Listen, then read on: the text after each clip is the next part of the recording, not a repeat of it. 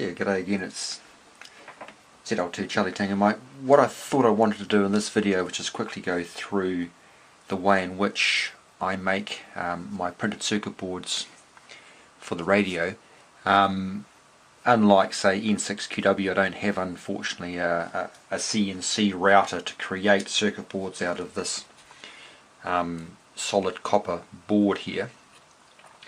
So what I've decided to do, and it works actually quite well for me, is to use this what's commonly called veroboard or stripboard. There's different names for it.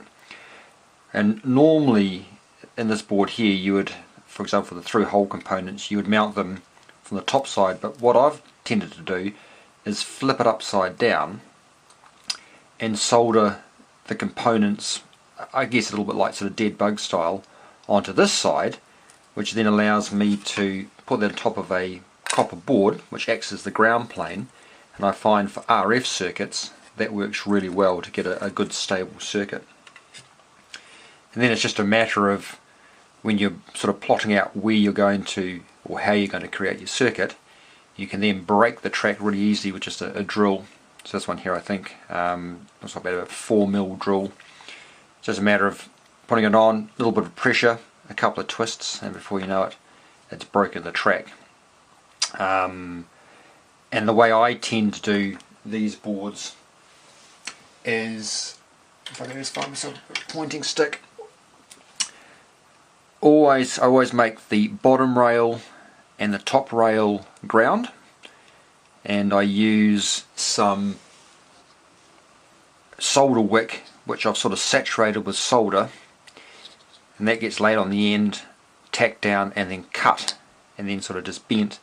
And that's a really good way of actually tacking them down. So a little bit of solder there, a little bit of solder there, and mechanically that's now held down, and electrically that top rail and the bottom rail are now at the same impedance as the copper plane. So that's what I typically do now these days, is the bottom is earth, the top is earth, and then the one rail down from the, say, the top earth is VCC. So in this case I run everything at 13.8 volts, so that's my VCC rail, which makes it nice and easy then to decouple. If you want to put a couple of caps, decouple that, you can just go straight between these two here. So typically that's how I build all of my, as you can see over here with this, remaking this single sideband, these are all built that style, all over the whole lot. And like I say, then it's just a matter of, what I tend to do is just get the component legs. I find that the width of these plies is spot on. Grab it, bend the legs over, chop the legs so there's just a little bit of a curvature there, and that just provides a bit of a base. And then I normally tin those, and I quite often will pre-tin where it's going to go. Then it's just a matter of reheating the solder, and on it goes. And you can basically put whatever you like. What I'll also tend to do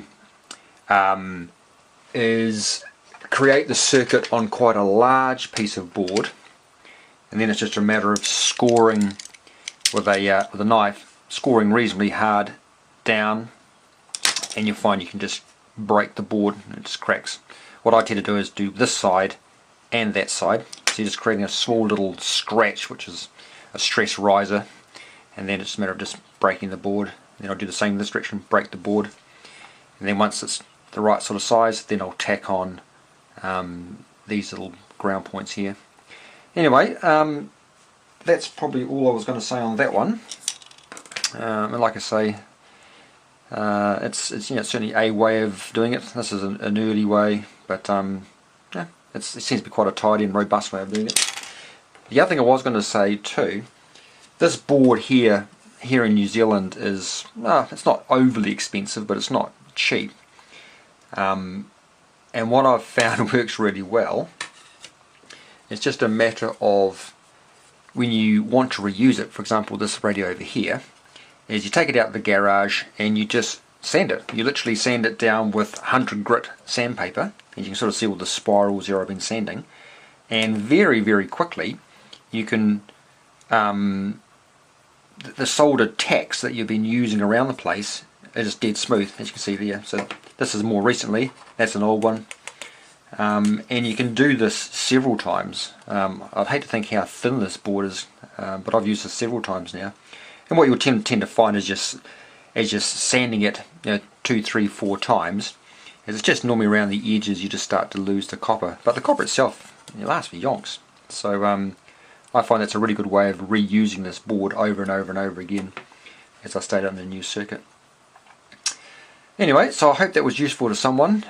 If there's anything else which you want me to elaborate on how I do this, I am certainly no expert, and I'll put my hand up and say that one. But I do enjoy electronics, then just sing out, and I will try and answer those questions. Anyway, thanks for listening, and like I say, anything, just sing on out. Thanks. T2 Charlie, take care, Mike.